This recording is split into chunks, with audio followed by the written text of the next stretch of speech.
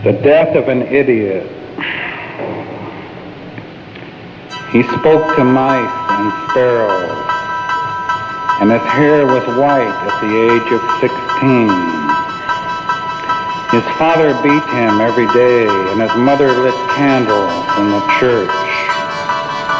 He seemed to be constantly masturbating in such odd places as behind the garage or up in the apricot tree.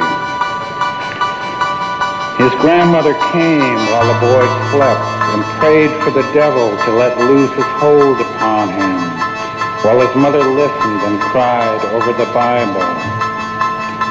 The young girls he didn't seem to notice. The games boys played he didn't seem to notice. There wasn't much he seemed to notice. He just didn't seem interested.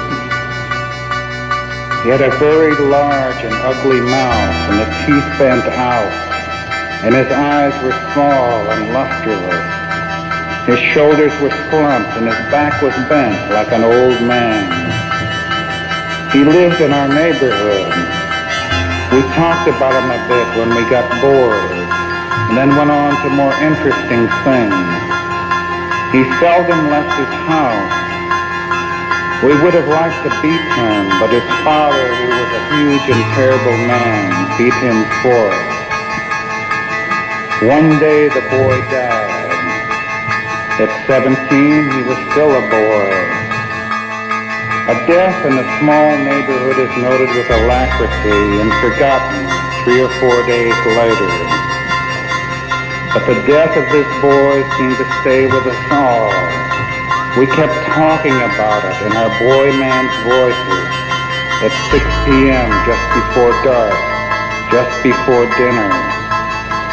And whenever I drive through that neighborhood now, decades later, I think of his death while having forgotten all the other deaths or anything else that had happened then.